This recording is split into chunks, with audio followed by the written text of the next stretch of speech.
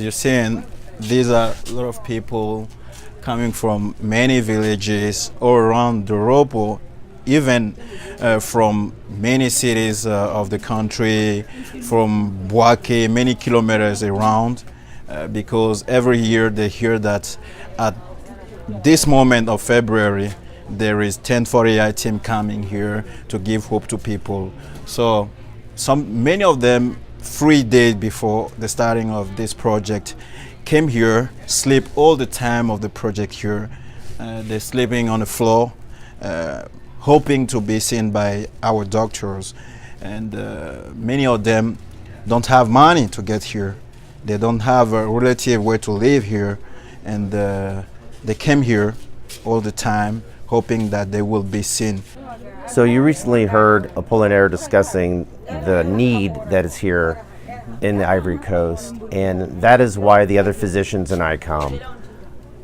When we go into medicine to help people, and there is no place anywhere that we can see more need, more ability to help, and humanity just comes, the people just come, and the need is there, and just a wonderful, happy people that anything we can do, even though we can't help them all, just making small steps, it can change individuals' life.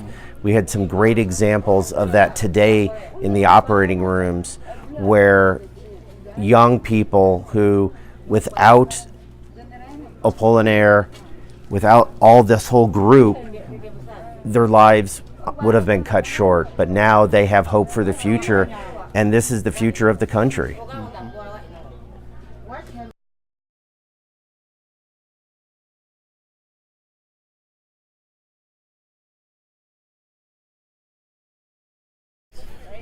Okay, so this is our first day in Doropo this year. We'll be operating on Fidel again, just for an infection in his arm. The first 2 patients that we're seeing today have severe issues from an orthopedic standpoint. Both of them are lower extremities and badly infected down to the bone.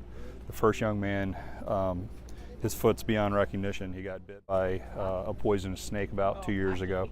But he'll have a much better quality of life. He'll feel better.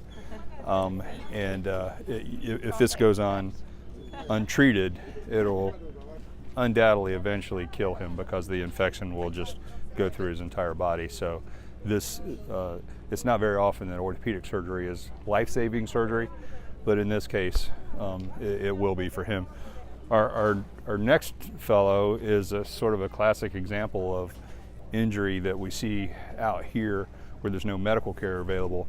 He had a tibia fracture from a motorcycle accident a couple of months ago. And initially that would have been a simple surgical procedure, just to put a plate and screws on it and get him healed. But now he's got an open fracture, his bones sticking out through the skin, everything's all badly infected. And he actually has an option of amputation as well, but we're going to try to just cut out a segment of the bone that's infected, bring the 2 good ends back together and put a plate and screws on and get him healed that way if I can get skin coverage over it. And if that works, he'll be fine. His leg will just be shorter on that side, and it's something that we'll deal with maybe next year as we come back.